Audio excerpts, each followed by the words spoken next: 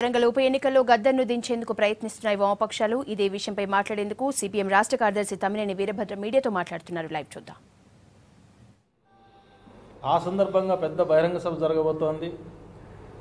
దీనికి జాతీయ స్థాయి నాయకులు కూడా హాజరవుతున్నారు. సిపిఎం పొలిట్ బ్యూరో సభ్యులు బృందాకరత్ కూడా హాజరవుతున్నారు. ఇంకా మిగతా వామపక్ష పార్టీల నాయకులు కూడా అఖిల భారత నాయకులు హాజరయ్యే అవకాశం ఉంది.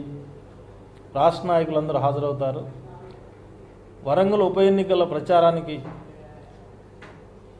ఐలమ్మ స్తూపావిష్కరణ సభని ఒక నాంది చేయాలని, ఈలోపుగానే గద్దర్ గారు అంగీకరిస్తే ఈలోపుగానే అభ్యర్థి ప్రకటన కూడా పూర్తయిపోతుంది. కాబట్టి ఎన్నికల సమరంలోకి దిగేదానికి ఒక అవకాశంగా తీసుకోవాలని మేము భావించాం.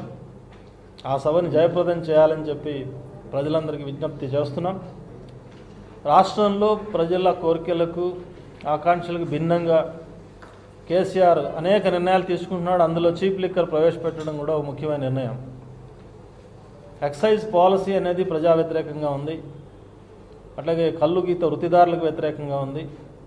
గ్రామాల్లో గుడుంబాతో ప్రాణాలు తీసుకుంటున్నారు కాబట్టి గుడుంబా బదులు చీప్ లిక్కర్ చంపుతానని కేసీఆర్ ఈ విధానం ప్రవేశపెట్టడం చాలా దుర్మార్గం.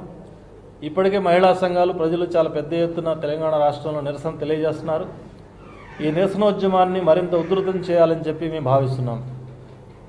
అయితే ఈ నిరసనలో ఈ మొత్తం విధానానికి గతంలో ఎన్టీఆర్ గారు మద్య నిషేధాన్ని అమలు జరిపిన తర్వాత మళ్ళీ దీన్ని ముందుకు తీసుకురావడం కారకులైనటువంటి తెలుగుదేశం కాంగ్రెస్ పార్టీ కూడా ఆందోళన కార్యక్రమాలు చేస్తున్నాయి.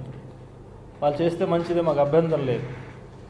కానీ నిజమైన ప్రజా ఉద్యమంగా దీన్ని మలిచేదానికోసం వామపక్ష పార్టీలు, కమ్యూనిస్ట్ పార్టీలు చొరవ తీసుకోవాలని, మహిళా సంఘాలతో పాటు దీనికి మద్దతుగా ముందుకు రావాలి.